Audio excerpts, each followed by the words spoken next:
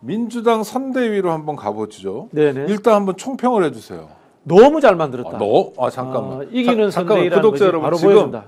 우리 박진영 평론가가 이렇게 너무 잘했다 이런 칭찬 별로 안 하시는. 우리 이 평론계에 네. 박진영이 칭찬하면은 정말 잘하는 사람이고 우리 정교한 대표가 비판하면은 정말 나쁜 사람이다. 이런 이야기가 있습니다. 네. 근데 너무 잘 만들었다. 네네. 네, 근거를 들어보겠습니다. 제가 그런 이야기를 합니다. 연대와 연합은 다른 사람하고 하는 거예요. 네네. 어떤 분들이 태클을 겁니다. 저 우리하고 다른데 왜 데리고 와? 다르니까 데리고 오는 거야. 안 다르면 원래 같이 했어야지. 그런 겁니다. 그리고 제가 자주 쓰는 표현 중에 정치적 동종교배는 유전적인 퇴행입니다. 그렇죠. 생물이 오히려 그렇죠. 우생학적으로는 잡종강세 현상이 일어납니다. 그죠? 그런 부분에서 생각이 섞이고 사람이 섞여야지만이 민주주의가 발달하는 거고 사실은 시장도 발달하는 거고 경제도 발달하는 거고 생각도 발달하는 겁니다. 폐쇄적이라는 것은 뭔가면요. 똑같은 사람들끼리 사니까 발전이 없는 거예요. 왜? 배울 게 없어. 전부 똑같은데. 그건 망하는 거예요. 말 안 해도 통하는 사이. 그렇죠. 이건 망하는 사이다. 망하는 거죠. 네. 망하는 거죠. 다른 사람들끼리 섞여야 됩니다. 이게 발전이고 민주주의거든요. 그런 부분에서 여러 사람들을 섞었다는 측면에서 이거는 최고의 선대위다라고 제가 말씀을 드리는 겁니다. 아니 저는 저 한나라당 출신 이인기 의원이라고 옛날에 네, 평안에서 네, 네, 활동했었어요. 네. 저도 뭐 국회에서 여러 번 봤는데 성품도 괜찮고 그래도 정치를 권오을 굉장히 의원은 특히 정말 좋아요. 오랫동안 안 했는데 어떻게 또 이렇게 또 김영춘 의원 같은 경우도 다시 한동안 오셨더라고. 집에 갔는데 예, 이렇게 예. 그런 게 그런 의미인가요? 그러니까 그렇죠. 이게 예. 이재명 후보와 민주당에서 진짜 대한민국이라 했잖아요. 진짜 대한민국에는 보수도 있는 겁니다. 네. 왜? 저들이 지금 가짜 보수가 되어버린 거예요. 어. 그 보수 역할을 누군가에게 줘야 되잖아요. 네네. 그럼 우리가 보수 역할도 할게. 그러면서 보수인 사람들 데려와서 진보도 있고 보수도 있고 중도도 있는 진짜 대한민국을 만들어가는 과정이다. 저는 그렇게 봤습니다. 그 탄핵 국면에서 존재감을 보여줬던 김상욱 의원이 그런 얘기를 하더라고요. 국힘은 지금 1950년대 수준의 보수다. 전쟁 직후에. 에이, 그 수준도 안 되죠. 그래요? 역대 최악입니다. 네. 50년대가 안 됩니까? 50년대 수준 안 돼요. 자유당은 막 저 부정선거도 하고 그랬는데요. 거의 깡패 동원하고. 뭐 자유당하고 비슷한 수준인데 자유당보다도 못하죠. 그래서 그 다음 얘기가 민주당이 오히려 보수에 가깝다. 네네. 이런 얘기를 김상욱 의원이 했더라고요. 자유당이 네. 반일 하나만큼은 열심히 했어요. 아시죠? 네. 원래 우리나라의 친일파 정당의 뿌리는 자유당이 아니야. 그렇죠. 민주당이죠. 네. 그 민주당 55년 체제로 네, 이제 네, 네. 그걸 털어냈죠. 네, 네. 신익희 선생이 털어내긴 네. 했습니다만은 뭐 조병옥이라든가 김성수라든가 원래 민주당이죠. 부일 협력에 그 의혹이 있는 사람들이 이제 이른바 한민당 계열이 있었기 때문에 그런 비판을 듣습니다만은 그런 역할이라도 했는데 지금 국민의힘은 친일이죠. 그 다음에 이 박정희가 했던 것 같은 개발 독재 시대의 어떤 경제적 유능함도 없죠.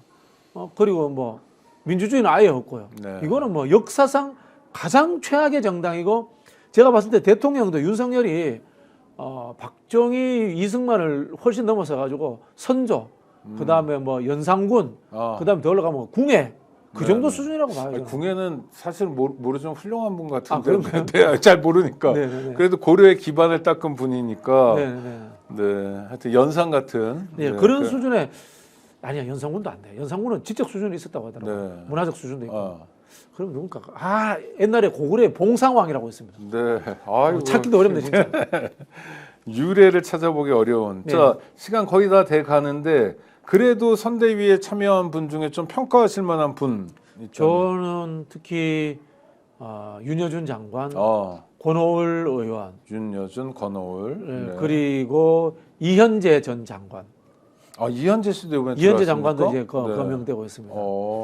제 그런 이야기 많이 드리는데요. 월드컵은 신인 발굴하는 곳이 아닙니다. 네네, 그렇죠. 최고의 선수들이 나오는 겁니다. 네. 그리고 원래 정치도 신인이 하는 게 아닙니다. 정치는 원래 어른들이 하는 겁니다. 네. 우리 하고 있는 이 디마크라시라는 것이 그리스 로마에서부터 비롯된 것 아닙니까? 원로원 그 다음에 이제 민회가 만들어지잖아요. 네. 이게 정치의 본산입니다. 경험 있고 축적된 사람들이 국정을 운영하는 것이 정치의 본질이기 때문에 자꾸 안철수 같은 대도 않은 신상 찾지 마시고요. 한동훈 같은 웃기지도 않는 신상 찾지 마시고요. 검증된 사람들의 지혜를 받아들여야 됩니다. 그러면 지금 이런 통합형 뭐 네. 소위 선대위는 네. 이후 이재명 후보가 당선됐을 때 이재명 대통령의 내각도 통합형으로 갈 거라는 걸 보여주는 밑그림입니까?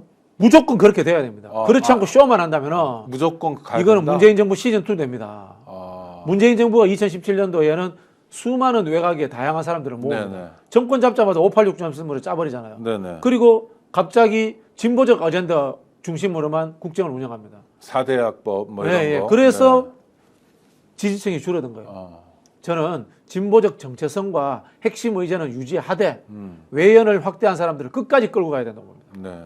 이분들을 어떤 형태든지 간에 정부에 하다못해 자문을 하고 일주일에 한 번씩 밥 먹는 자리를 해서라도 의견을 들으면서 그분들을 모시고 가야 됩니다.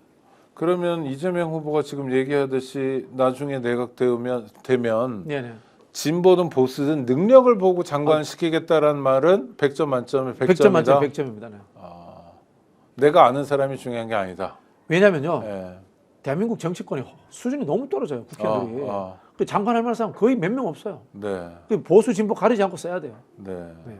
보수 진보를 가리면 문재인 정부 때 정치인 장관 잘한 사람 누가 있습니까, 솔직히. 교수 장관도 형편없었지만. 뭐 찾아봐야 되는데 어떻게 네. 찾을지 모르겠습니다. 네.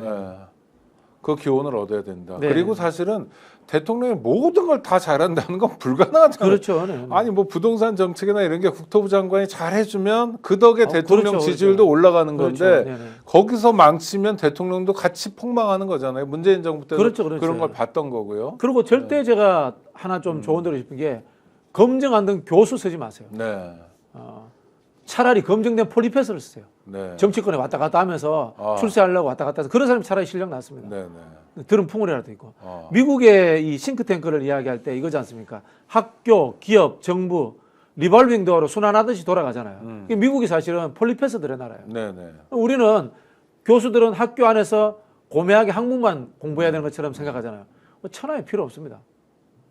그러니까 대학에도 있다가 네. 청와대 가서 비서도 했다가 네, 기업도 또 갔다가. 대학에 갔다가 네네네. 뭐 이러면서 소위 문무를 겸비하는 그렇죠. 인재들을 양성하는 모델을 만들어야 되고 네. 그렇게 검증된 사람이 하다못해 청와대에서 관련 비서관 생활 2, 3년이라도 해본 사람이 장관으로 나가는 모델을 만들어야 이게 이제 된다. 폴리페스고 네. 우리나라는 옛날부터 이걸 경장 세력이라고 했는데 네네네. 우리나라 이제 경장 세력 1호가 누군가 하면은 율곡 2입니다. 네네. 그 전에는 살인파들이 네.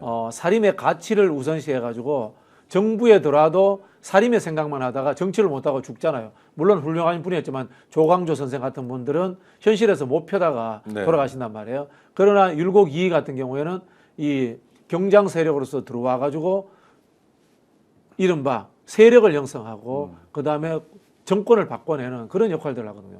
물론 뭐 나중에 뭐 기득권이 돼서 문제가 됐지만. 네. 하여튼 선대위는 너무 잘 만들었다. 이 네. 너무 너무 잘 만든 평가가 이후에 어떻게 어떤 결론이 날지 모르겠습니다.만은 하여튼 네, 뭐 제보가 계속 오늘 3시에 대해서 제보가 오고 있는데요. 뭐 찌라시겠죠, 이름. 네네네 원심 뭐 파기하려면 판결 이후에 대한 뭐 문제점을 조목조목 반박하고 적어야 되는데 그럴 시간이 없었다. 네. 기각은 뭐 아주 간단하다. 원심 판결에는 상고 이유와 같은 위법이 없으므로라고 쓰면 되니까 얼마든지 가능하고 한 명이라도 뭐 파기 의견이 있었다면 뭐 오늘로 날짜를 잡을 수 없다 이런 박진영 평론가 말씀해 주신 네네네. 것에 대한 제보가 왔는데요. 그건 3시에 보시면 되고 이런 불안해하는 마음들 나쁘지만은 않습니다. 이런 마음들을 모아내서 진짜 대한민국 좋은 대한민국 오늘 방송 어떠셨습니까? 마음에 들었다면 구독, 좋아요로 스픽스를 응원해 주십시오. 여러분들의 구독, 좋아요는 가장 큰 힘이 됩니다. 스픽스 구독, 좋아요.